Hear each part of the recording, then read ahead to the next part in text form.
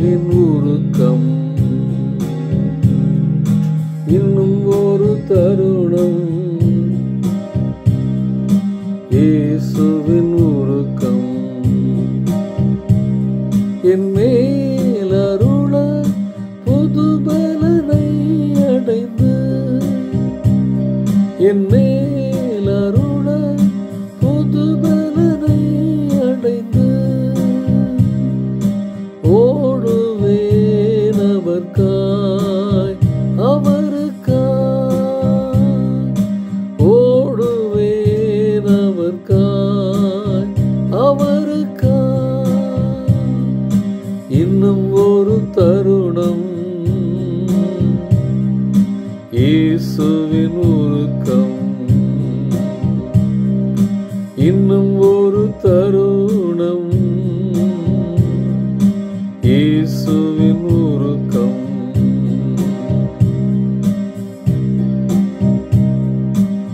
நான் வந்த பாதையை நோக்கி பார்த்தேன், தரிசனம் இழந்து தியாகங்கள் மறந்தேன். நான் வந்த பாதையை பின்னோக்கி பார்த்தேன், தரிசனம் இழந்து தியாகங்கள் மறந்தேன். குணம் தரும் இயேசுவின் காயங்கள் கண்டோம், குணம் தரும் இயேசுவின் காயங்கள் கண்டோம். கனியற்ற மரமாய் பாதையில் நின்றேன், கனியற்ற மரமாய் பாதையில் நின்றேன். இன்னும் ஒரு தருணம், இயேசுவின் உருக்கம். இன்னும் ஒரு தருணம், இயேசுவின் உருக்கம். டியர் ஃப்ரெண்ட்ஸ், அன்பின் வாழ்த்துக்கள்.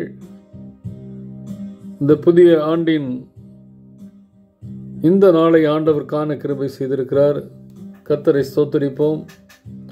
ஆண்டவர் மீண்டும் ஒரு தருணத்தை கொடுத்திருக்கிறார். பல முறை நமக்கு அழைப்பை பல்வேறு நிலைகளிலே அவர் கொடுத்திருந்தாலும்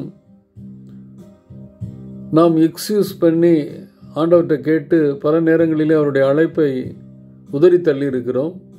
ஆனாலும் ஆண்டவர் மீண்டும் மீண்டுமாக நமக்கு வாய்ப்பை கொடுக்கிறார். ஆனால் இந்த வாய்ப்பு இனி ஒரு தடவை கொடுக்கப்படுமா என்பது நமக்கு தெரியாது. அழைக்கப்பட்ட அழைப்பிலே அழைக்கப்படும் பொழுதே அவருடைய வார்த்தைக்கு கீழ்ப்படிந்து அவருடைய சித்தத்தையும் விருப்பத்தையும் நிறைவேற்றும் பொழுது ஆண்டவர் நமக்கு அவர் ஏற்படுத்தி வைத்திருக்கிற அந்த ராஜ்யத்திலே உட்பிரவேசிக்க முடியும் என்பதை லூக்கா 14ஆம் அதிகாரத்திலே 15வது வசனத்திலிருந்து 24வது வசனம் வரை சொல்லப்பட்ட உவமை மூலமாக ஆண்டவர் தெளிவுபடுத்துகிறார். நேற்றைய தினத்தில் தியானித்தபடி ஆண்டவருடைய அந்த வார்த்தையை கேட்டுக்கொண்டிருந்த ஒரு மனிதன் சொல்லுகிறான், தேவனுடைய ராஜ்யத்தில் போஜனம் பண்ணுகிறவன் பாக்கியவான். அவனுடைய உள்ளான இருதயத்துக்குள்ளே, இந்த தேவனுடைய ராஜ்யத்துக்குள்ளே அவருடைய பிள்ளைகள், அவரால் அழைக்கப்பட்ட சொந்த ஜனங்கள் மட்டுமே பிரவேசிக்க முடியும் என்கிற ஒரு தவறான எண்ணம் இருந்தது. அந்த எண்ணத்தை ஆண்டவர் மாற்ற வேண்டும் என்பதற்காகவே இந்த உவமையை சொல்லுகிறார். அவனுக்குள்ளே தவறான நம்பிக்கை என்னென்னா, நாங்கள் ஆபிரகாமின் பிள்ளைகள், ஈசாக்கின் பிள்ளைகள், நாங்கள் தான் இந்த போஜன பந்தியிலே இடம்பெற முடியும் அப்படின்னு சொல்லி அந்த நோக்கத்தோடு சொன்ன அவனுடைய உள்ளந்திரியங்களை அறிந்த ஆண்டவர் ஒரு உவமை அவனுக்கு மட்டுமல்ல எனக்கும் சேர்த்து சொல்லுகிறார். ஒரு பெரிய விருந்தை ஒரு மனிதன் ஏற்படுத்தினான். ஏற்கனவே அழைப்புதல் சொல்லிட்டான், இன்றைக்கு வரணும்னு சொல்லிட்டு பல நாட்களுக்கு முன்பாகவே. அந்த நாள் நெருங்கி விருந்து ஆயத்தம் பண்ணப்பட்ட அந்த நாளிலே மீண்டுமாக ஏற்கனவே அழைக்கப்பட்டவர்களுக்கு மீண்டும் ஒரு அழைப்பு விடுகிறார். அதில் 3 விதமான மனிதர்களை அவர் சொல்லுகிறார். ஒன்று, 3 பேருமே என்ன பண்ணுறாங்கன்னா எக்ஸ்கியூஸ் பண்ணுறாங்க, சாக்கு போக்கு சொல்லுகிறார்கள். அதாவது அந்த விருந்திலே கலந்து கொள்வதற்கு மறுப்பு சொல்லுகிறார்கள்.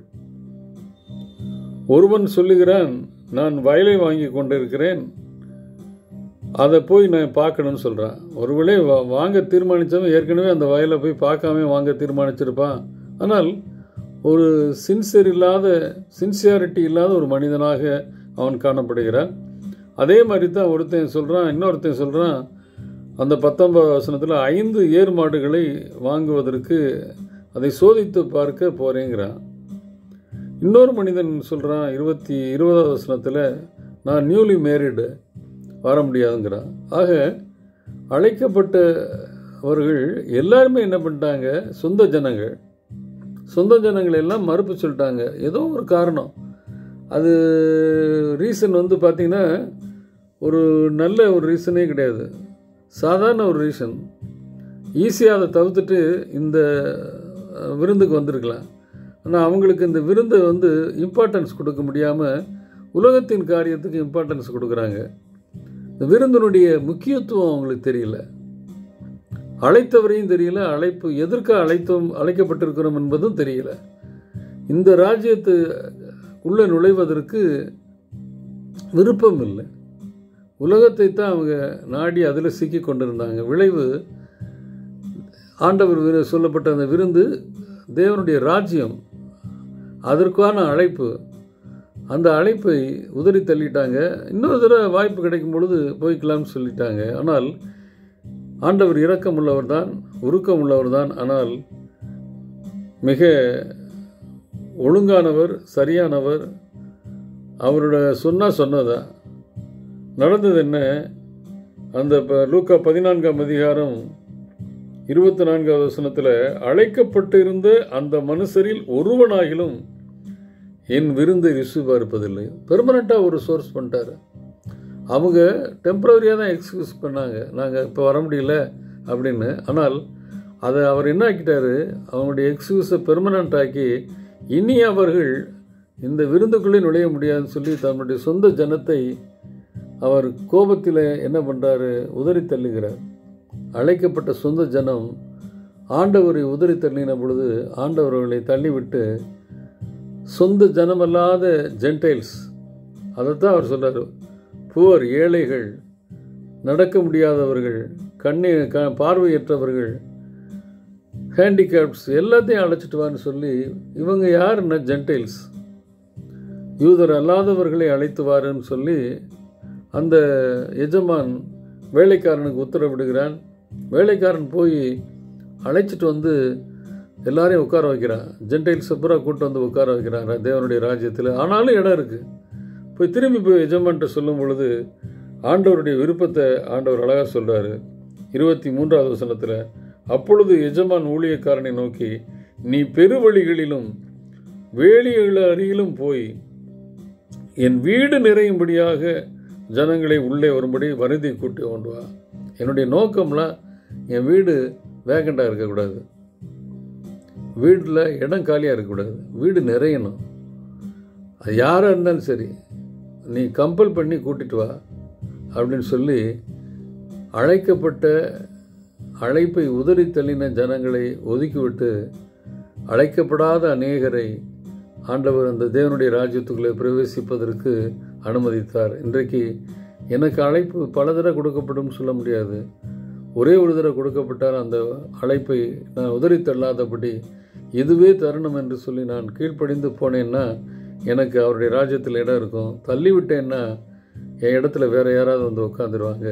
இன்றைக்கு ஆண்டவருடைய பாதத்தில் அமர்வோம். ஆண்டவரே உன்னுடைய பாதத்தில் உட்கார எனக்கு கிருபை தாருன்னு சொல்லி கேட்போம். கர்த்தர் பெரிய காரியங்களை செய்வாராக.